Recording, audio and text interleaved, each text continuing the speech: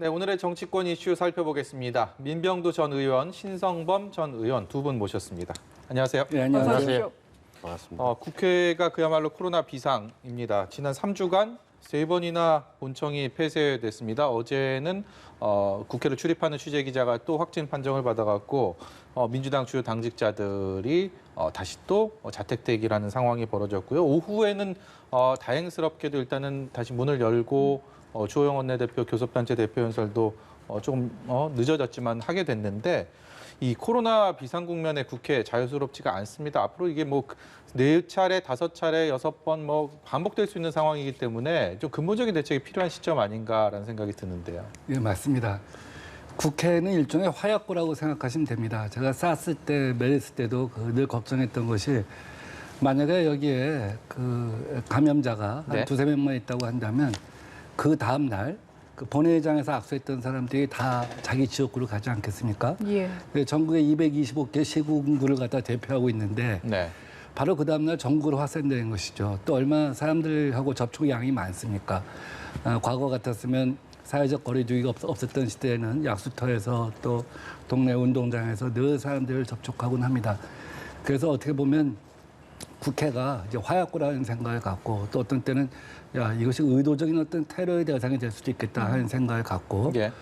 늘 임해야 할 것 같아요. 그래서 당연히 국회가 그 사회적 거리두기를 뛰어넘어서 회의 시스템 자체도 바꿔야 한다고 생각합니다. 그래서 어떻게 보면 세계적으로 우리나라가 국회라고 하는 곳이 뭐 우리만 위험하겠습니까? 다른 나라 다 위험할 텐데 한국의 국회가 운영되는 모습을 보니까 오히려 그것이 하나의 그 모델이 될 수 있겠구나 하는 생각을 갖다가 심어주었으면 하는데 다만 뭐 정파적으로 볼 건 아니지만 야당 입장에서는 이것이 뭐 줌으로 회의를 한다든지 그러니까 일종의 이제 원격 회의죠. 이렇게 되면 야당이 생각하는 어떤 폭발성 같은 것이 주어들지 않겠습니까? 야당은 어떻게 해서든지 어쨌든 그 쟁점화시키고 싶고 화력을 집중시키고 싶고 그렇다고 그렇게 보면 그 회의장에서 서로 수시로 회의도 하고 정회도 하고 파행도 하고 그러면서 긴장을 높여야 되는데 원격 회의로 가면 그것이 불가능하죠. 그래서 일단 정파적 이익을 뛰어넘어서 아까 말씀드린 것처럼 국회가 가장 위험한 화약고라는 생각하에 야당도 어떤 정쟁으로 발전시킬 것이 있다고 한다면 그걸 또 뭐 줌을 통해서 발전시키는 것도 새로운 모습 아니겠습니까? 네. 그런 모습을 한번 보였으면 합니다. 두 분 모두 뭐 의정 활동을 오랫동안 하셨으니까 국정감사라고 하면 사실 1년 의정 활동 얼마나 열심히 했는지 국민들한테 평가받는 자리인데 그게 이제 다음 달 국정감사가 예정대로라면 시작돼야 되는데 국감 때만 하면 이제 사실 피감 기관들 워낙 국회 자체 인원도 많은데 또 유동 인원들이 많지 않습니까? 지금 그게 비대면으로 아무리 이루어진다고 해도 필수 인원들은 또 필요할 것이고 그게 가장 또 걱정되는 부분이거든요. 그렇죠. 국회가 아시는 대로 의원들만 있는 게 아니고 보좌진, 국회 사무처, 출입 언론인들, 또 민원인들 말씀하신 대로 국정감사색 때문에 몰려오는 수천 명 이렇게 치면은 좀 고위험 군으로 분류돼도 지역이 되는 거죠. 아주 화산이 되는 건데 저는 회의까지는 몰라요. 이게 원격 회의 이런 거 다 이용할 수 있는데 결과적으로 나중에 표결 문제가 나올 거예요. 표결. 회의나 이런 건 저는 이제 뭐 그런 여야를 떠나서 어떻게 언택트 시대의 새로운 그 회의 방식을 만들어내야 되는 건 맞는데 그럼 표결을 어떻게 할? 표결의 문제가 왜 중요하냐면 아시는 대로 국회가 항상 싸웠던 이유 중에 하나 보시면 아시겠지만 본회의장 점거가 들어가죠. 본회의장. 왜? 본회의장에 있어야만 표결이 가능하죠. 국회법에 돼 있다고요. 본회의장이 없으면 표에 참석 못해요. 그래서 못 들어가야 막았던 그런 기회를 갖고 있을 텐데 그게 국회법 정신이고 그 의장도 의장석에 앉아갖고 안건의 이름을 의장석에서 제목을 설명해야 된다고요. 그게 국회법 규정이고 또 헌법을 보더라도 본회의 그 국회 회의는 본회의장에서 열리도록 돼 있단 말이에요. 이런 문제에 대해서는 그 야당 입장에서도 뭐 따지서가 아니라 유불리를 떠나서가 아니라 법적으로 상당히 어렵게 돼 있어요. 그러니까 외국 같은 사례나 이런 것도 보고 다른 나라는 어떻게 하나 이런 것도 봐가면서 표결 문제까지 어떻게 할 것이냐, 원격 온라인 표결 가능한 것이냐, 어디까지 할 것이냐 좀 결국은 여야 간에 좀 협의해서 합의하는 범위 안에서 가능해질 것 아니냐 이렇게 생각해요. 예.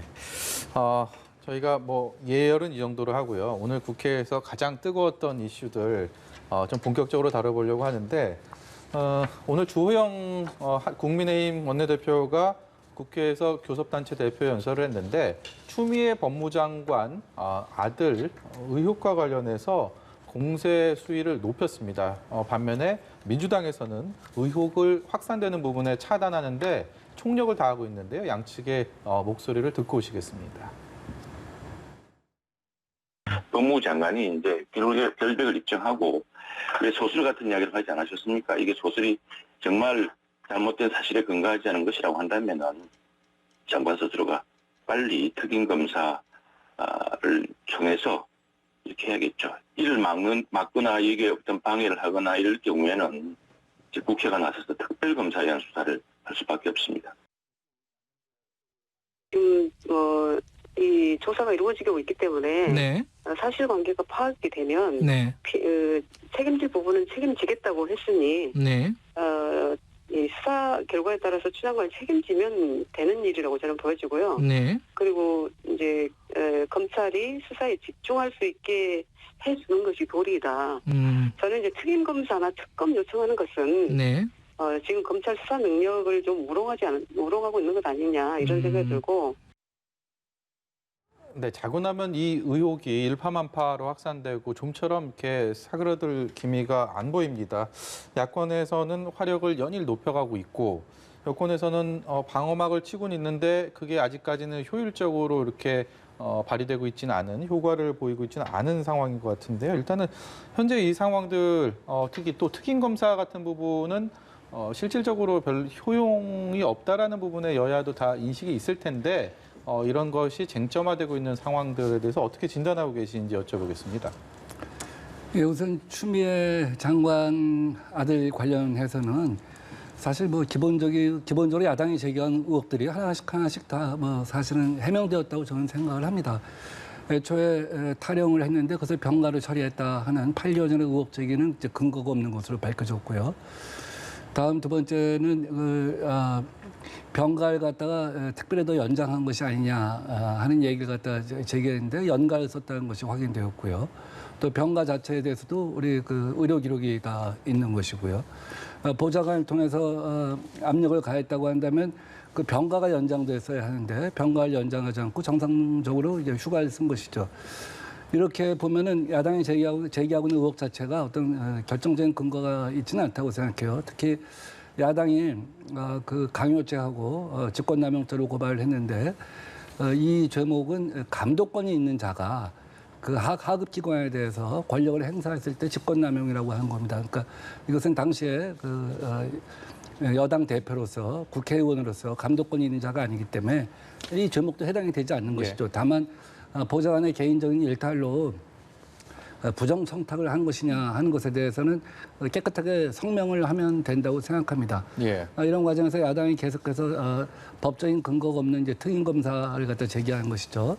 특임검사는 검사의 비리에 한해서 검찰총장이 임명할 수가 있는 것입니다. 또 때로는 법무부 장관한테 직접적으로 수사지휘권을 발동하라고 하는데 본인 사건에 대해서 본인이 수사지휘권 발동을 하게 되면 또 다른 억측을 갖다 불러일으킬 수 있지 않겠습니까? 예. 지금 그래서 야당은 사실은 이런 걸 통해서 정치적으로 어떤 여론전을 하고 있는 것이라고 봅니다. 실제로 가능한 방식은 특별검사제 하나인데 특별검사제를 갖다 쟁취하기 위한 여론전을 형성하는 것이든지 아니면 이런 여론을 통해서 낙인 찍기를 통해서 추미애 장관한테 사퇴 압력을 갖다 가하는 것이라고 보는데 현재까지는 이제 뭐 법리적으로 불법한 사례가 없다고 이제 보여지기 때문에 예. 하여간 빠른 시기 내에 검찰이 수사에 나서서 국민적으로 제기되는 의혹들을 갖다가 빨리 정리해 줄 것을 촉구합니다.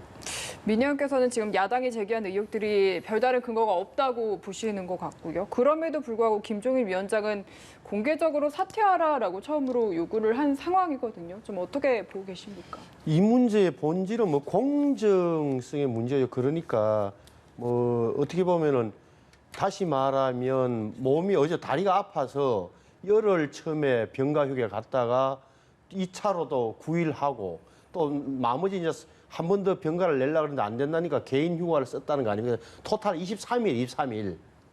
근데 다 좋아요. 그런데 저는 이런 거죠. 그러니까 다른 사람이 일반 병사가 그 집에서 군대에 복귀하지 않고 휴가 기간이 끝난데도 복귀하지 않은 상태에서 전화로 이렇게 저렇게 하는 게 했으면 해줬을까라는 데 대해서 당시에 근무했던 군인들이나 예비역들이 납득을 못하는 거죠. 그 중간에 보니까 당대표 시절 아닙니까? 그것도 집권 여당 2017년 6월 달이면 정권이 교체되고 문재인 정부 출범하고 더불어민주당의 여당 대표 5선 의원 출신에 그렇게 강한 힘이 있을 텐데 의원들 군인들이 다 아는 거예요. 본능적으로. 이거는 뭐가 있다. 그러니까 이거는 젊은 사람들의 공정에 의문을 제기할까 만든 불을 지르는 사건이란 말이에요. 그 전화가 없었으면 우리 나한테도 그렇게 했을까? 아니 그렇게 저 백이 있었으니까 군대 갔다 온 사람 다 알지만 우리도 아시는 대로 백과 열애가 가장 또 서럽고 그런 거거든요. 저는 그 문제이기 때문에 뭐 진단서가 있었니 없었니 안 붙었니 그다음에 무슨 뭐 소견서가 있니 없니 하는 행정적인 문제는 좀 별도로 하고 저는 이게 오래 갈 거라고 보는 이유가 있는 거예요. 그렇게 온 국민들이 이미 본능적으로 알고 있어요. 법적으로는 어떤지 모르겠지만 당시 추 대표 측에서 뭐가 전화를 많이 했구만. 지금 다시 나오는 게 뭐 여의정부가 아니라 용산으로 배치해달라. 용산이면 집 가까이 편할 거 아닙니까? 그다음에 그 동계올림픽 통역병으로 보내달라는 이야기가 정언이 계속 나오는 마당. 이게 제가 볼 때는 시간을 끌면 끌수록 여권에 큰 정치적 부담이 될 겁니다. 추미애 장관 입장에서는 어제 9일 만에 입장을 밝혔다. 이 상황 자체가 굉장히 고심을 했구나. 고심한 흔적이 역력히 느껴지는 그런 시간이었고요. 그리고 내용도 역시 검찰 수사 보고받지 않겠다. 독립적으로 수사할 수 있겠다. 야당의 특임검사, 특별검사 요구를 자르는 그런 내용인데요. 이 사건이 사실 지난 1월 달에 동부지검의 고발 사건으로 공무집행 방해 혐의 등으로 고발이 된 사건인데 사실 통상적으로 금전이 오간 사건도 아니고 그렇기 때문에 좀 비교적 간단하게 좀 할 수 있는 사건들을 7개월, 8개월 넘게 이렇게 끌어왔단 말이죠. 그런 부분들도 좀 이번 의혹들을 키우는 좀 요인이 된 것 같습니다. 어떻게 보십니까? 그래서 그런 점이 좀 아쉽긴 합니다. 검찰이 이제 검찰 개혁이 됐다는 소리를 들을 정도로 신속하게 처리를 해서 유무죄를 갖다 가렸다고 한다면 이런 지금까지 안 했다고 생각을 합니다. 오히려 빨리 클리어 됐으면 검찰 개혁에도 박차에 갈 수가 있었는데 그런 점이 좀 아쉽습니다. 그러나 지금 야당이 계속해서 제기하고 있는 여러 가지 의혹들을 보면 다시 한번 말씀드리건데 훈련 기간이 끝나고 자대 배치를 하는 거는 뭐 다 본인들이 보는 앞에서 컴퓨터로 추첨을 해서 배치된 것이기 때문에 일단 근거가 없는 것이라고 보고요. 통역병 문제도 마찬가지입니다. 그 당시에 수없이 많은 사람들이 영광이겠죠. 일생에 한 번 있을까 말까 한 올림픽에 가서 구경도 하고 통역도 한다는 것에 대해서 이 사람 저 사람 다 신청을 하니까 그러면 이거 잘 추첨을 돌리겠다. 그래서 이것 자체도 로비가 있었다고 한 것 자체가 이제 성립이 안 되는 것이죠. 이제 이런 와중에 추미애 법무부 장관 입장에서 답답하기 때문에 이제 입장을 밝힌 것이죠. 이 건과 관련해서 수사 보고를 받지 않겠다 이렇게 천명을 했는데 또 야당에서는 애초에 법무부 장관은 수사와 관련해서는 지시를 할 수도 없고 보고를 받을 수 없는 위치다. 하나마나한 얘기다. 이제 하는 식으로 이렇게 규정을 하는데 제가 볼 땐 이렇게 보입니다. 이게 이제 이해 충돌의 문제가 있지 않습니까? 야당이 지금 국민권익위원회에다가 법무부 장관이 이 자리에 계속 있는 것이 이해 충돌 아니냐 해서 업무에서 배제돼야 하는 것이 아니냐 하는 질의를 갖다가 이제 하고 있는 상황인데 어떻게 보면 역으로 법무부 장관 입장에서 좋다. 내가 이해 충돌의 문제가 있으니까 내가 직무에서 배제하겠다. 보고를 받지 않겠다. 하고 선제적으로 천명한 것이라고 봅니다. 그만큼 이 문제에 관해서는 투명하고 엄정하게 임해가겠다는 장관의 자세를 보인 것이라고 이해합니다. 이게 검찰 수사가 지지부진한 것에 대한 지적도 있고요. 한편으로는 이게 지난해 12월에 법무부 장관에 지명됐을 때부터 아들 군복무 관련해서 좀 지적들이 있어 왔거든요. 그렇기 때문에 이게 추 장관이 오히려 좀 제대로 된 해명이 없고 질질 끌어온 게 문제지 않냐라는 본질이죠. 부분에 대한 지적도 있습니다. 그 국회에 나와서 유독 추 장관이 우리 아이 손대지 말라, 언급하지 말라는 표현도 쓰셨고, 그다음에 7월달인가 소설 쓰시네 했던 발단이 뭡니까? 결국은 그 동부지검 문제였거든요. 그리고 동부지검장이 차관이 된 게 당신 아들 수사 무마한 것 때문 아니냐라는 의혹 제기에 대해서 추 장관이 소설 쓰시네 했던. 아들 문제에 대해서 굉장히 제가 볼 때는 아주 신경질적으로도 너무싸게 반응하시더라고요. 저는 독특했는데 어찌됐건 이게 저는 왜 추 장관이 저렇게 그래 내 보좌관 시켜서 내지는 보좌관 안 시켰는데 보좌관이 알아서 전화를 한 것 같다라고 이야기를 못 할까는 가만히 생각해요. 그래서 제가 볼 때는 이게 김영란법에 걸릴 가능성을 법률가로서 염두에 두고 있는 게 아닌가 생각해요. 우리가 김영란법이라는 게 뭐 3만 원 이상 음식 먹으면 안 된다는 것만 생각하지만 사실 이게 부정청탁 금지법이거든요. 저도 오늘 나오면서 보니까 5조에는 유심 5조에 딱 나와 있어요. 11항에 보면 5조 11항에 보면 병력 판정검사, 부대 배속, 보직 부여 등에 대해서는 본인은 물론 공무원 본인, 국회의원, 기자들 다 마찬가지입니다. 본인은 제3자도 하면 안 된다고요. 청탁을 하면 안 돼요. 청탁이 성사되고 여부와 상관없이 그 부탁하는 것 자체가 법 위반이에요.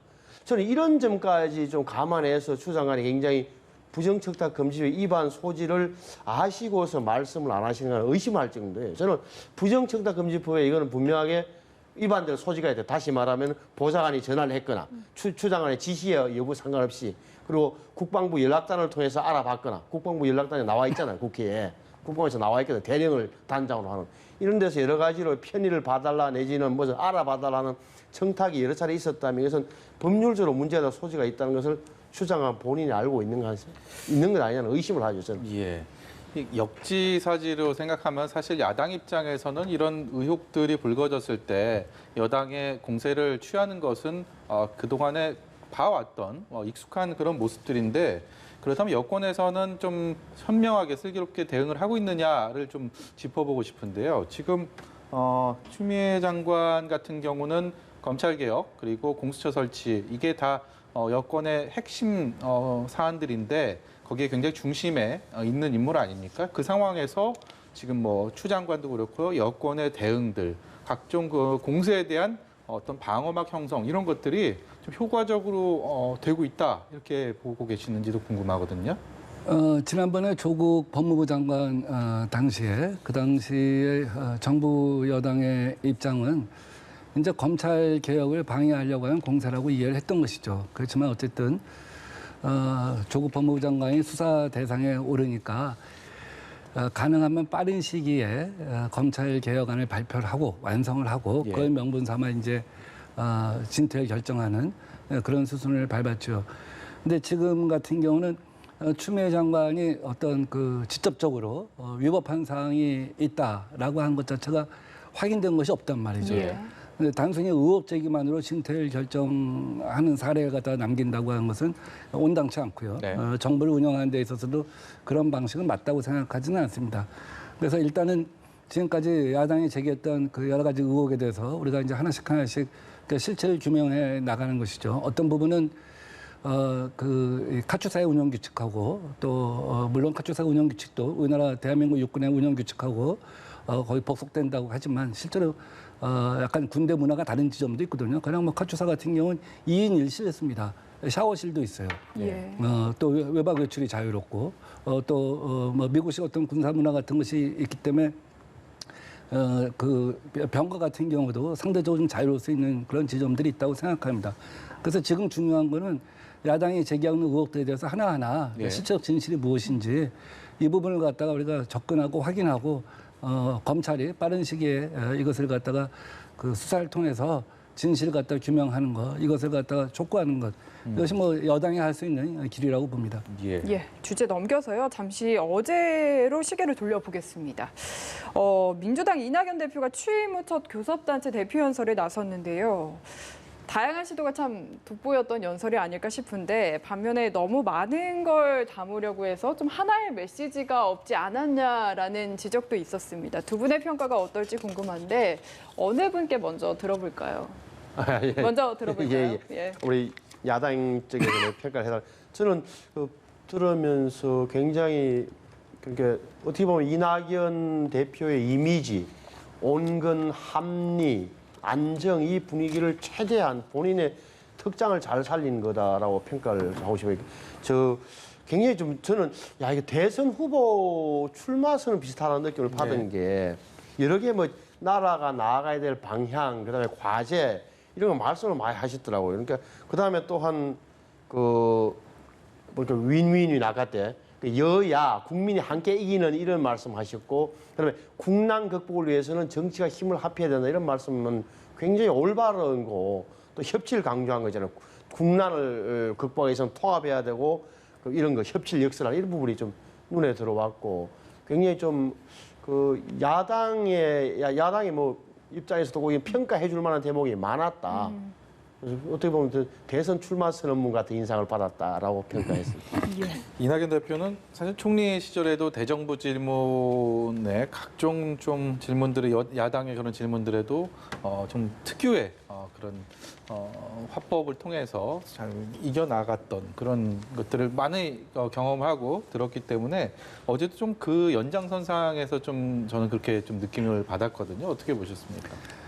국회 대표 연설은 굉장히 중요한 겁니다. 그렇기 때문에 전 국무위원들이 거기서 배석을 해서 보고 또 공중파를 통해서 이렇게 중계가 되기도 합니다. 예. 실제로는 국회의원과 국무위원들 상대로 한 연설이 아니라 대국민 연설이라고 할 수가 있겠죠. 그중에서도 정기국회 대표 연설은 가장 중요한 의미를 갖고 있죠. 집권 여당의 당대표가 이 세상을 어떻게 바라보느냐, 앞으로 정부를 어떻게 이끌 것이냐 하는 것인데 제일 중요한 건 어려운 시기에 이제 국민의 마음을 닦아주는 것이죠. 예. 국민을 위로해 준 것이라고 할 수 있겠습니다. 그래서 우분투를 얘기한 거, 그러니까 네. 내가 있어서 내가 있다, 다 함께 가는 것이 이제 승리하는 것이다. 이제 아프리카 언어죠. 그런 걸 통해서 이 어려운 시기에 우리가 다 함께 가는 거, 우리가 흩어져서 외롭고 힘들 수도 있지만 예. 흩어지는 것이 어떻게 보면 사회적 연대고 우리 모두 공동체를 다 구하는 길이다 하는 어떤 그 애민 정신 같은 것을 굉장히 강조했다라는 생각이 들고 야당과의 협치를 갖다 강조한 거는 항상 역대 대통령이 국회에서 시정연설을 한다든지 예. 또 여당 대표가 연설할 때 항상 강조한 부분입니다. 근데 이것이 실제로 이낙연식 협치가 무엇이냐 예. 하는 것을 실제로 어떻게 보이느냐 하는 문제가 중요한 것 같아요. 뭐 말로는 어느 정치인이나 여당이나 야당이나 다 협치를 얘기하죠. 실제로 그렇지만 협치의 가치가 국민 생활에 있어서 굉장히 중요하다는 것 같아 실제로 느끼고 그것을 확인하고 구체적인 수단을 갖다 발견해 나가는 거. 이제 앞으로 그것이 실제 시험대라고 생각합니다. 왜냐하면 내년 3월 9일 날이 임기가 끝인데요. 3월 9일 날 임기가 끝이면 실제로 1월 달이면 새 당대표를 뽑기한 전당대회를 할 수도 있는 거예요. 그렇게 보면은 12월까지가 임기 얼마 안 말이거든요. 남았죠. 예. 실제로는 한 4개월짜리 당대표이기 당대표입니다. 때문에 구체적인 수단을 갖다 통해서 야당을 갖다 아우르는 모습을 한번 어떻게 보이는지 예. 좀 지켜볼 대목이라고 생각합니다. 네, 그리고 바로 이어서 국민의힘 주호영 원내대표도 교섭단체 대표 연설을 했는데요. 저희가 이 부분은 일부를 직접 가져와 봤습니다. 함께 들어보시죠. 우리 모두는 국민 앞에, 권력 앞에, 또 세월 앞에 조금 더 겸손해야 합니다. 하늘의 거물은 놓치는 법이 없다고 하지 않습니까? 상권 분립과 법치주의는 공정과 정의가 그 핵심 가치입니다. 많은 젊은이들이 분노하고 절망하는 이유는 입으로 공정과 정의를 외치던 사람들이 앞장서서 공정과 정의를 짓밟고도 뻔뻔하게 변명만 늘어놓고 있기 때문입니다. 청와대 회의실 문재인 대통령의 뒤편에는 나라답게 정의롭게라는 문구가 보입니다. 과연 지금 나라답게 하고 있습니까? 정의롭게 하고 있습니까? 주호영 원내대표가 오늘 교섭단체 연설에서 공정을 굉장히 강조를 했는데 이게 문 대통령이 그동안 연설에서 치대 정신으로 굉장히 강조를 해왔던 가치 중에 하나거든요. 네. 어떻게 들으셨나요? 저는 일부밖에 못 들어서 특별한 뭐 말씀드릴 건 없고 예. 아까 협치와 관련해서는 국민들이 원하는 게 이런 국난의 시대는 여야 할 것 없이 서로 칭찬해주고 야당은 또 여당 잘못을 비판하고 이렇게 저는 좁힐 거라고 보고 아까 이낙연 대표님의 어제 연설에 이어서 조영 대표도 아마 그런 부분 이야기했을 겁니다. 지금 안 나오지만 그렇게 믿고 있고 그런데 중요한 것은 결국 뭐 진정성 아니겠습니까? 이낙연 대표나 여당 입장에서는 여권 대선 후보의 이미지 제고용뿐만 아니라 진짜 진심으로 야당을 같이 끌고 가야 그나마 정치가 제대로 풀린다는 생각을 해야 되는 거고 야당도 뭐 완전히 옛날처럼 옛날식으로 무조건 발목만 잡아서는 국민이 지지를 얻을 수 없다는 게 분명해졌기 때문에 비판할 것은 비판하는데 도와줄 것은 과감하게 도와주는 거. 방역에 대해서는 협조해야 되고 이런 자세가 결국 국민들한테 전부 다 이익이 되는 칭찬받는 그런 구조가 아닐까 생각하고 결과는 이제 2차 재난지원금을 어떻게 정치권에서 합의해 내느냐. 둘째는 현재 18대 0으로 한쪽으로 기울어져 있는 상임위원장 배분을 어떻게 처리하느냐. 이게 아마 협치에 판단하는 중구가 될 것 같아요. 예. 마지막으로요. 두 분께 같이 여쭤보고 싶은 얘기인데 우리 사회가 지난 광복절에 있었던 집회로 인해서 큰 홍역을 코로나19의 거센 후폭풍을 온 나라가 맞았습니다. 현재도 진행 중이고요. 그런 상황에서 개천절에도 비슷한 집회가 열리려고 한다라는 소식이 들어오면서 참 많이 우려하시는 분들 계실 것 같습니다. 민 의원께서는 이 부분에 대해서 어떻게 보고 계시는지 궁금하고요. 신 의원께서는 어떤 말씀 해주실지 더 궁금합니다. 법원이 이번에 아마 집회에 대해서 허가를 갖다 하지 않을 거라고 생각합니다. 그러나 그럼에도 불구하고 다중이 몰려오면 경찰로서는 이를 적절히 규제하고 해산할 방법이 마땅치 않겠죠. 네. 그래서 정치권이나 사회 지도층들의 입장과 태도가 굉장히 중요하다고 봅니다. 이번에 국민의힘이 어떻게 보면 그 자신들이 변했다고 하는 것을 보여줄 좋은 기회라고 생각합니다. 절대 이 집회는 해서는 안 되고 네. 국민의힘은 당원이든 누구든 절대 이 집회에 가면 안 된다 하는 분명한 메시지를 던지는 것이 필요하다고 생각합니다. 아까 주호영 원내대표가 공정과 정의를 얘기하고 김종인 위원장이 약자와의 동행을 얘기하지 않았습니까? 그런데 그럼에도 불구하고 실제로는 국민의힘 혁신 아젠다 회의에서는 국민 기본소득을 네. 기존의 어떤 약자들을 위한 복지 제도를 다 없애고 하나로 다 털어갖고 일괄적으로 돈을 주는 것으로 재편하자는 논의를 했다는 겁니다. 예. 이거는 약자와의 동행이 아니라 강자와의 동행이거든요. 예. 공정과 정의를 외치고 또 약자와의 동행을 외치면 뭐 하겠습니까? 분명한 태도 변화가 있어야 할 것이고 또 이번에도 마찬가지로 이번 집회에서 국민의힘이 확실한 어떤 태도를 갖다 천명함으로써 그런 집회가 다시는 반복되지 않게 사회적으로 고립되게 해나가야 할 것이라고 봅니다. 1분 정도 남았다고 하는데요. 신 의원의 말씀을 시간이 아무리 없어도 좀 들어야 될 것 같습니다. 아니 그러니까 이 집회에 어울리지도 않고 그다음에 어제 주 목사님이 우리 사랑제일교회 목사님께서 다시 재수한된 마당에 어느 단체에서 이렇게 다시 한번 하는지 모르겠으나 제가 볼 때는 명분도가 아무것도 없을 겁니다. 결국은 저는 뭐 추석 이후에 열리는 건데 저는 그런 집회가 크게 열리지 않을 것으로 보고 다만 네. 정치적으로 설명한다면 우리 당 입장에서는 야당 입장에서는 보수 야당 입장에서는 자제를 요청할 수 있을지는 몰라도 금지령까지는 어떻게 내릴 수 있겠습니까? 이런 뭐 헌법상 보장된 권리인데 다만 거기에 시점도 안 맞고 내용도 없으니 자제하는 것이 좋겠다는 말씀 아마 대변인이나 이렇게 통해서 나오는 게 적절한 수준으로 생각합니다. 네, 여기까지 듣도록 하겠습니다. 지금까지 민병두 전 의원, 신성범 전 의원이었습니다. 고맙습니다. 감사합니다.